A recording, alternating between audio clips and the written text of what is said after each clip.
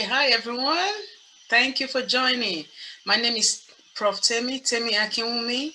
I'm the CEO of Top Group Technologies. We're an IT company and we're located in Lago, Maryland, USA. Thank you for joining us today. And today we're going to be discussing about resumes. So if you're new to this channel, please subscribe to this channel. You can click the subscribe button so you can get notification when we have awesome programs like this. So we tend to talk about a lot about career. So my tech career, or if you are not in tech, maybe you're in other areas, feel free to connect because whatever we are sharing will be helpful to every career that you might be in. A little bit about myself. Um, I'm an adjunct professor at 3 universities right now. I've been in tech for over 26 years and I've had my company for 16 years. So I've been there, done that from software development, software engineering to, database development to cybersecurity and being a leader in leading many projects before I started my company 16 years ago. And I always love to give back to community. I always love to empower our community. The same problems, errors we made when we don't have mentors. I don't want anyone to go through that. So that's why you always see me constantly going through giving back to the community. Right now, I've mentored like over 1,000 plus engineers. You can see some of them behind me. We have diverse classrooms, so always mentoring people. We see me a lot talking about resume, cover letters. So even on this channel, you can see things about cover letter that we have there. How can you design great cover letter? Today, we're talking about resumes. How can you design resume, create resume that are top-notch, ready for the market, like for the job market in 2021, in the current, in the current stage that we have with the pandemic and COVID and all of that. Resume have to be tweaked. They have to be different because most people work virtually. Most people work online. So there are things that you need to add to your resume that you don't have before. You just have to change things out. Most of our resume are obsolete. We have some of us have a resume, we have not touched it in donkey years. You can do that. Your resume is a living document. It has to constantly evolve. It has to constantly change. As you continue in your career, your resume should look different, should change. So what are the things that you need to add to your resume? So make sure you subscribe, give it a thumbs up if you like this video, because that's going to be the way to support what you see and what we're doing here. So I really appreciate you. We're going to get started going to the resume. It's not going to take a long time. You're not here. You're not wasting your time. You're not here to waste your time. I'm not going to waste your time. We're going to go over the resumes and discuss it. What are the things that you need to look out for in your resume, and the tips and the mistakes that you should want to avoid. And at the end, I'll show you a perfect resume, what it should look like. Thank you. So I'm going to quickly share my screen and we're going to get started with looking at the resume.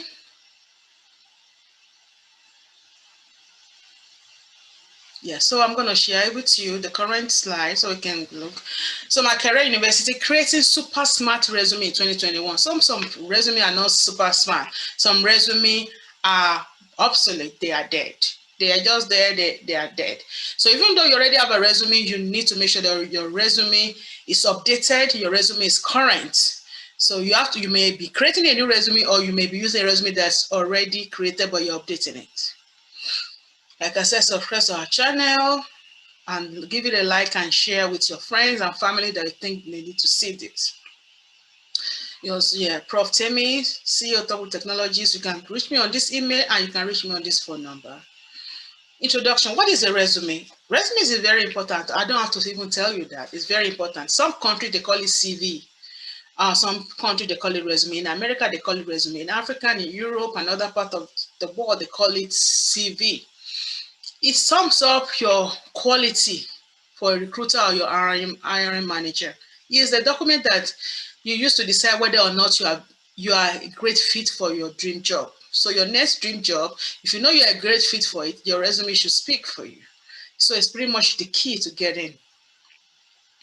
So how does a resume flow? How should a resume look like? How is the flow supposed to look like? Normally with a resume, you want to have the flow start from the top. So the header, name and contact information.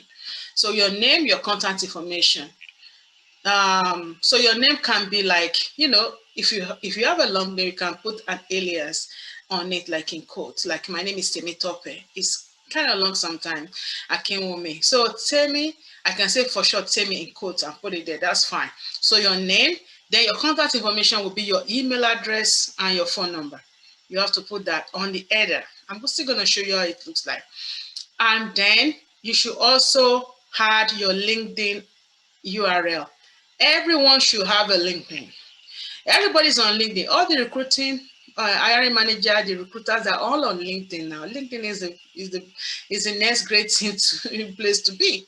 So you want to have a LinkedIn profile. And one thing I want you to notice that your LinkedIn should match your resume. Your LinkedIn should match your resume. If your LinkedIn is empty, make sure that you update your resume, your LinkedIn with your resume. And if you need help with how to do that, let me know. Contact me. I will help you to do that. And so then resume headline. You should have a headline. If you're seeking a job as a cybersecurity analyst, it should be on the headline. So that means when you have your name and your contact information, your URL for your LinkedIn, then underneath you should have resume headline, cybersecurity analyst. That's the position you're looking for. You don't want the recruiter to be looking around on the resume to find out what job are you actually looking for. So don't forget that. So all the top parts of the resume should be, especially your name, should be in bold, should be bold so that it will stand out. So we'll see samples of that. So yeah, so summary statement, you should use summary statement. So as you start developing the resume now, the first thing on the body of the resume will be the summary statement. Some people used to have objective. My objective is to find a job as a cybersecurity analyst that will enhance me to advance my career and all of that. We don't use that anymore. So you use a summary statement. We're still going to go into all of these details. Summary statement. Then you follow by your education and your work experience. If your education is more important than your work experience, for people that don't have a lot of experience, you can put your education first. Maybe you have masters in cybersecurity, for example, and you are entry level, you don't have a lot of work experience, then put education first because that's your selling point. But if you have a lot of work experience and your education is maybe not related to IT, because if you are in IT, in tech, you don't have to have education that's related to tech. But if you have good experience, then that's okay. So you may want to put experience for, depending on which situation you are in. So education and work experience, you can interchange or swap those spaces, those positions. Then you follow it with your skills. So you may want to have your skills bullet point or write them and then put commas or put them in a box, like a little box with dice columns, and just make it fanciful. Don't take in all the space, because sometimes the skills are just itemized, like with bullets or with whatever, but you don't want it to take all the space because the resume should not be too much. So you might put commas between it. You might have technical skills and non-technical skill and stuff like that. That's fine. So skills, then if you have certificates, awards, recognitions, that should show up. So your certificates, your awards, recognition. Then if you have any volunteer work or extracurriculum activities also, that can show up.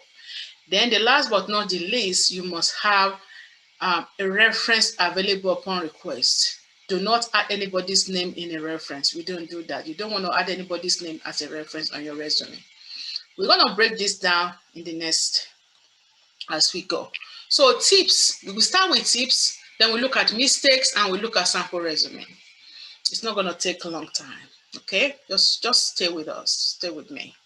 Keep it simple. Keep your resume simple. Unless you're applying for designer role or clean A clean and simple layout is best. So make your resume very simple, not too complicated, except you are doing the like comedy role, journalism, designers and all of that. They can put all this fanciful stuff. But if it's just a tech resume or any other field, it doesn't have to be that complicated. Make it clear section heading and let it stand out. You can use bold type like I mentioned, capital letter or colors. You can use colors to make it stand out. And make sure you use your space wisely. Don't overstuff your resume. Don't overstuff it and make it hard to read. Make sure you use your space wisely and don't make it so complicated. Skip fancy graphs. If you have graph, pie chart, illustration, pictures, you don't want to put that on your resume. That's making it so complicated. You don't need all of that. That might come up for discussion, but you don't need that on a resume. Okay, I mentioned earlier that make sure that your resume, you should use summary statement instead of objectives. So before, we used to say objective, for example, seeking a senior level project management role in tech space and that can advance my career. You don't say that no more. What are you saying now? Summary statement. You have to explain the value you can bring to them. So you want to tell them, I'm a cybersecurity analyst with over 6 years experience in tech. I'm very, you can say I'm very passionate. Explaining that why they should hire you in a short way. I've used, like tools and vulnerability management and all of that. Just, wipe it up like that and discuss in there why they should hire you. That's what you just want to say. It should not be more than two lines or max of 3. It shouldn't even more than 2 lines. I'm a passionate, motivated, self-motivated professional in the cybersecurity arena, seeking to get a role in organization and so on and so forth, with expertise in risk management framework and all of that, things like that. So that's what you will say. You will not start with seeking to apply. No. Start with who you are. I'm passionate and this, like that. I'll still show you how one should look like and explain why they should bring you in. And also what you can do, also just Google for a resume and you will see a lot of good resumes. But if you follow this particular slide very well as we go through this video, you'll be able to see the mistakes people also, because people also make mistakes on their resume, don't want to copy mistakes. Spotlight your key skills. If you have any key skills, make sure you spotlight it. List your skills. It must be in the requirement. So you may have a job description requirement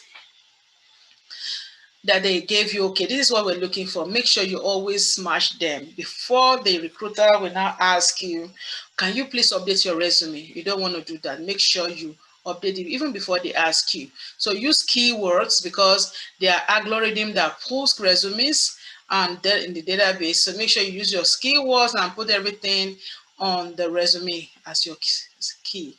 Yeah, put your latest experiences first. So if you have any experience, put them in a chronological format. So make sure you put the most current, the current and the most recent job first, then you go down the lane. If you have any volunteer work or experiences, always add that. That might show your transferable skill if you highlight it and show that. It means make you see you in a multi-dimensional way, not just one way. So volunteer work, your interest and all of that, you can add it to it. Also, you can quantify your bullets. You have your bullets, maybe you want to add things like show the impact you've had in the role. How frequently did you do a particular task? When I said I use Microsoft Word every day, or I have a big team of over 20 or 30 team members or something like that I supported, or that I'm their lead. I lead like 20 teams. And you can say how many people use your product. You might say I have like over 1,000, 10,000, whatever number you want to put there, people that use my product or that I supported, the customers that I have that I supported on this project, things like that. You feel free to do that. You can always quantify your bullet. Break it down for each job. List out your responsibility, accomplishment, and easy to skim bullet. So break it down. Make sure you start each of these bullet with a strong action verbs. Like I said, action verbs are very important. Like you say, and provided I provided support for 100 customers, supported 20 team in the software development, things like that, completed. So things like that, but make sure that your current role should be in present tense verbs. So provide, support, work, things like that. Verb. Always start your resume with verbs. Your bullet points with verbs when you are in the body of the resume for the work experiences. And then the previous job should all be in past tense. The strong verbs should be in past tense. Constructed, supported, worked, instructed, involved, provided. Those kind of words, it should be in past tense for previous jobs, because people make a lot of those mistakes. So what are the what you should not include in your resume? The kind of problems or errors or mistakes that we make. Typo errors. You don't want to have errors on your resume. If you have a resume and you see errors on there, make sure you correct it. Proofread your resume. Proofread your resume. You can leave your resume if you try to kind of work on them, to proofread them. Maybe you can send it to someone to help you to look at them, to review them. If no one is available, then I would say leave the resume and come back to it. You may have you are refreshed. You can easily see your error. Remember when I used to do coding and programming, I'll leave my code. When I'm having bugs, I'll just walk away, take a walk, and come back. I'll refresh, and I can easily see the error.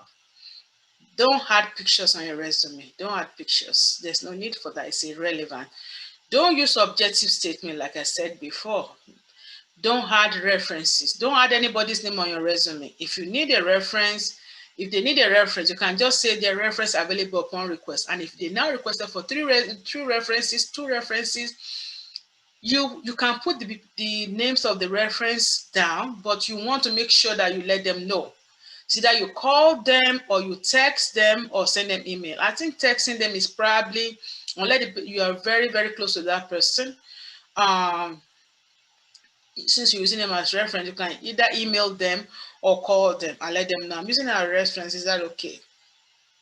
And this is what I said about what we did together. Because people, they are reference to a lot of people, sometimes they might forget what you have done together. You want to let them know. They might call you, and you might say this so and so company might call you, so that they know who they are expecting from. Or if you are not sure, just let them, okay, they might call you, this is what it is, and this is the position and stuff like that. Do not add irrelevant experiences or skills.